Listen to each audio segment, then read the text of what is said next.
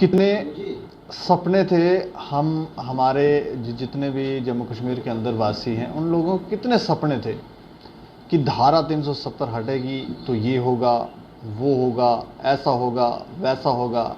लेकिन खोदा पहाड़ और निकली चूहिया, वो वाला हो गया हाल यहाँ पर। और कोविड-19 ने उसके ऊपर ऐसा काम किया है कि लोग जो हैं अब परेशान हो गए हैं कि ये क्या हो रहा है हमारे सिस्टम के अंदर। लेकिन एक न्यूली अपॉइंटमेंट हुई है नेशनल अवामी यूनाइटेड पार्टी में, जो नए स्पोक पर्सन है हमारे साथ बातचीत करने के लिए हैं, भूपिंदर शर्मा। अच्छा शर्मा साहब, आपका बहुत बहुत स्वागत है। Thank you. अच्छा, किस तरह से देखते हैं ये जो इस समय प्रेजेंट सिचुएशन बनी हुई है जम्मू कश्मीर के अंदर, किस तरह से देखते हैं आप? देखिए, 370 से पहले जो सिचुएशन थी, लोग उससे काफ़ी तंग थे, ऐसा लगता था लोगों को। लेकिन 370 टूटने के बाद जब भाजपा आई तो शायद लोगों को बड़ी उम्मीदें थी कि अब हमारा जो उद्धार हो जाएगा। नहीं, काफ़ी सपने थे, वो कह रहे ये होगा जी, वो होगा, हमारा ऐसा हो जाएगा, वैसा हो जाएगा, कुछ ना हो रहा है यहाँ। लेकिन उसके बाद जैसे जैसे समय बीतता गया, लोगों को समझ आता गया कि हमारा कुछ नहीं हो सकता। सरकार चाहे बीजेपी की हो चाहे कांग्रेस की हो, लोगों के हालात दिन ब दिन बदतर ही होते जा रहे हैं, सुधरने की बजाय। चलिए, आज आपकी न्यूली अपॉइंटमेंट हुई है नेशनल अवामी यूनाइटेड पार्टी में, क्या कहना चाहेंगे इस मौके पर? पहले आप देखिए जी, सबसे पहले मैं अपनी पार्टी के जो हमारे प्रेसिडेंट हैं उनका शुक्रिया अदा करना चाहता हूं कि उन्होंने मुझे इस काबिल समझा कि मुझे as a state spokesperson की उपाधि से उन्होंने मुझे नवाजा। और मैं पूरी उम्मीद रखता हूं कि जिस पोस्ट के लिए उन्होंने मुझे यहाँ पे रखा है उस पर मैं पूरा उम्मीदों के साथ खरा उतरूँगा।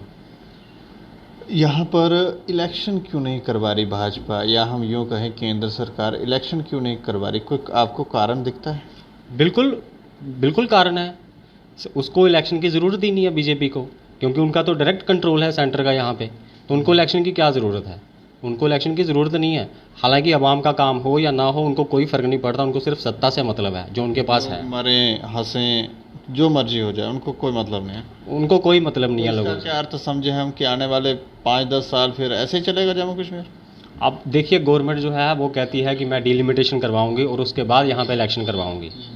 पहली बात, अभी तक ये ही क्लियर नहीं है कि डिलिमिटेशन के बाद वो हमारी स्टेटहुड देगी और उसके बाद उसके अंदर इलेक्शन करवाएगी या फिर यूटी के अंदर इलेक्शन करवाएगी। तो इससे हमें पता चलता है कि अभी जो गवर्नमेंट ऑफ इंडिया है वो अभी यहाँ पे इलेक्शन कराने के मूड में नहीं है। डिलिमिटेशन कब होगी ये भी एक बड़ा चिंता का विषय। वो कह रहे हैं बस 1 साल में ये डिलिमिटेशन वाले अपना काम कर जाएंगे, फिर इलेक्शन होगी। वो तो कह रहे हैं 1 साल और लगेगा जी, एरिया बहुत है यहाँ पर, तो थोड़ा टाइम लग रहा है। ऐसा लगता है आपको कि उन्होंने कोई यहाँ पर ध्यान दिया है? बिल्कुल, वो तो उनको यूटी बनाने से पहले पता था कि ये कितना एरिया है। अगर उनको पता था कि ये इतना बड़ा एरिया है तो डिलिमिटेशन कराने में टाइम लगेगा। और डिलिमिटेशन के बाद ये तो उन्होंने एक बहाना रखा हुआ डिलिमिटेशन का। एक्चुअल में वो कराना ही नहीं चाहती सरकार यहाँ पे इलेक्शन। अच्छा, करवाना ही नहीं चाहती, इसलिए भाजपा के जो प्रदेश अध्यक्ष हैं वो बार बार कहते हैं जी जब इलेक्शन हो, डिलिमिटेशन होगी उसके बाद इलेक्शन होगी। तो इसका अर्थ तो ये हुआ कि यहाँ पर पहले डिलिमिटेशन होने के बाद फिर ये इलेक्शन करवाएंगे, स्टेट नहीं बनाएंगे, पहले इलेक्शन करवा देंगे। आपको क्या लग रहा है? अब वो तो सरकार की मंशा क्लियर नहीं है इसके ऊपर कि वो क्या करना चाहती है, क्योंकि एक चीज़ बड़ी क्लियर है कि अभी वो इलेक्शन नहीं करवाना चाहती, क्योंकि डायरेक्ट उनका कंट्रोल है। उनको क्या ज़रूरत है इलेक्शन की? हालांकि बाकी जो पॉलिटिकल पार्टीज़ हैं वो भी बिखरी हुई हैं। अब हमारी पार्टी जो आई है अभी ये नई नई आई है, लेकिन इतनी उम्मीद ज़रूर रखते हैं कि आने वाले समय में जो हमारी पार्टी है ये बड़ी पार्टी बन के उभरेगी और कम से कम अपनी हिस्सेदारी जो है वो सरकार में ज़रूर रखेगी। लेकिन मैं ये जानना चाहता हूँ, नई नई पॉलिसियाँ सरकार लेकर आ रही है। पहले लोगों ने ख्वाब में भी नहीं सोचा था कि धारा 370 हटेगी तो और भी बहुत सारी धाराएं जहाँ हट जाएंगी, बहुत सारे कानून जहाँ ख़त्म होंगे, नए कानून आएंगे, नई पॉलिसियाँ आएंगी, लोगों को नहीं पता था।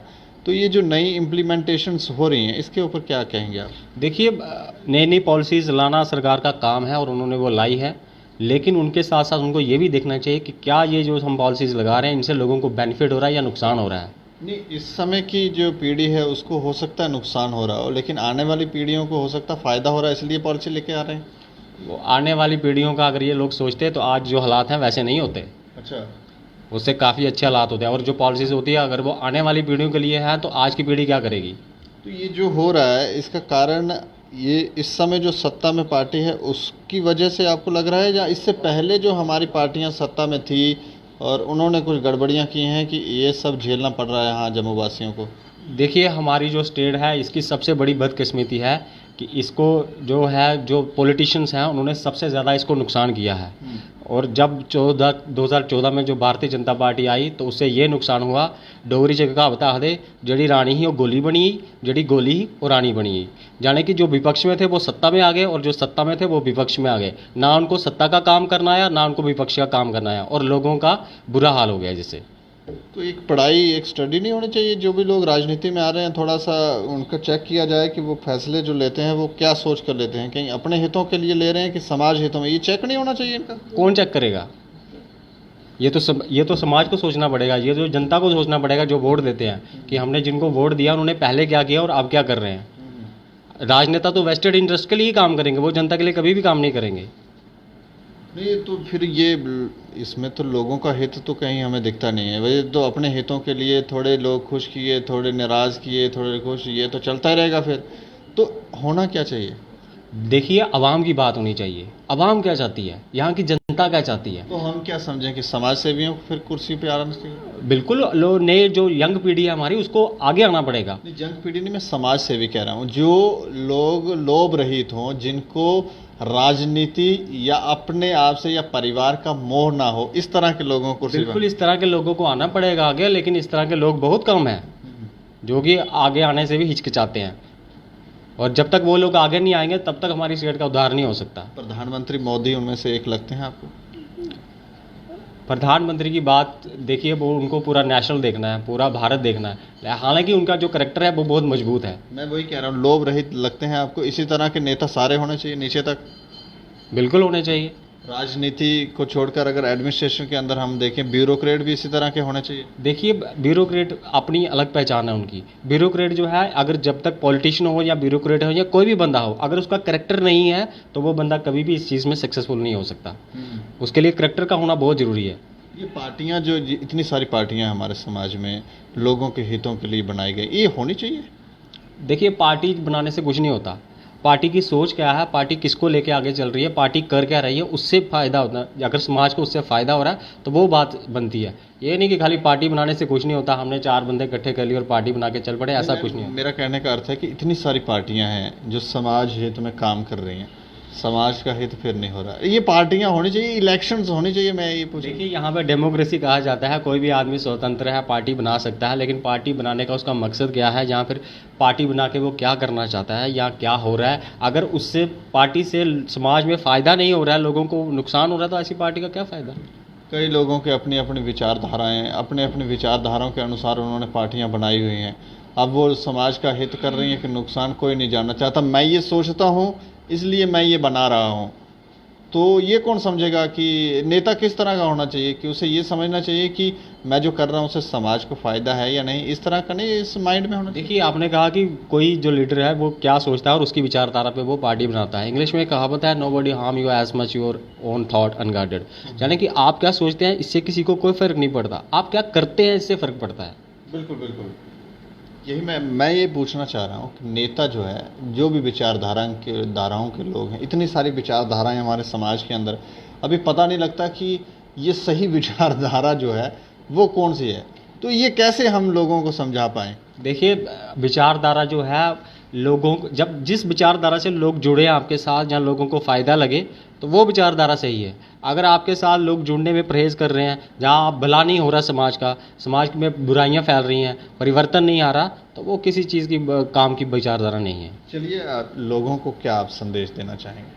मैं लोगों को यही संदेश देना चाहता हूं कि पॉलिटिकल पार्टी आप कोई भी ज्वाइन करिए या कोई भी किसी को भी वोट दीजिए, लेकिन सबसे पहले ये देखिए कि वहाँ का जो कैंडिडेट है वो कैसा है। अगर आप अच्छे लोगों को वोट देंगे और राजनीति में लाएंगे तो हमारे जो हालात हैं तभी बदलेंगे। अगर आप बिना सोचे समझे लोगों को वोट देंगे तो हमारे हालात दिन ब दिन बदतर होते जाएंगे।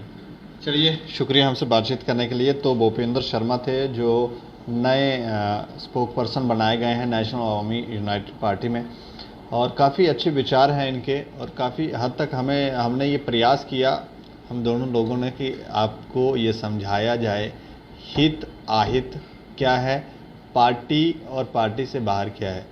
कई बातें तो ऐसे भी हमने, हमारे जो जैसे विद्वान हैं, हमने महाभारत देखा, रामायण देखी, इस चीज़ें धार्मिक जो चीज़ें थी उनमें ये कहा गया कि आप इंद्रियों के जो आनंद है उनसे परे रहें और लोगों से प्रेम करें। अब ये बात जब तक लोगों को नहीं समझ आएगी तब तक हमें लगता है कि इसी तरह की स्थितियां बनती रहेंगी। हम तो ये कहेंगे कि आप समझें, सुधरें और सही फैसले लें ताकि समाज का हित हो। बाकी आप लोग देखते रहें दैनिक स्टेट समाचार। मुझे और मेरे सहयोगी अरुण डोगरा को दें इजाज़त। नमस्कार।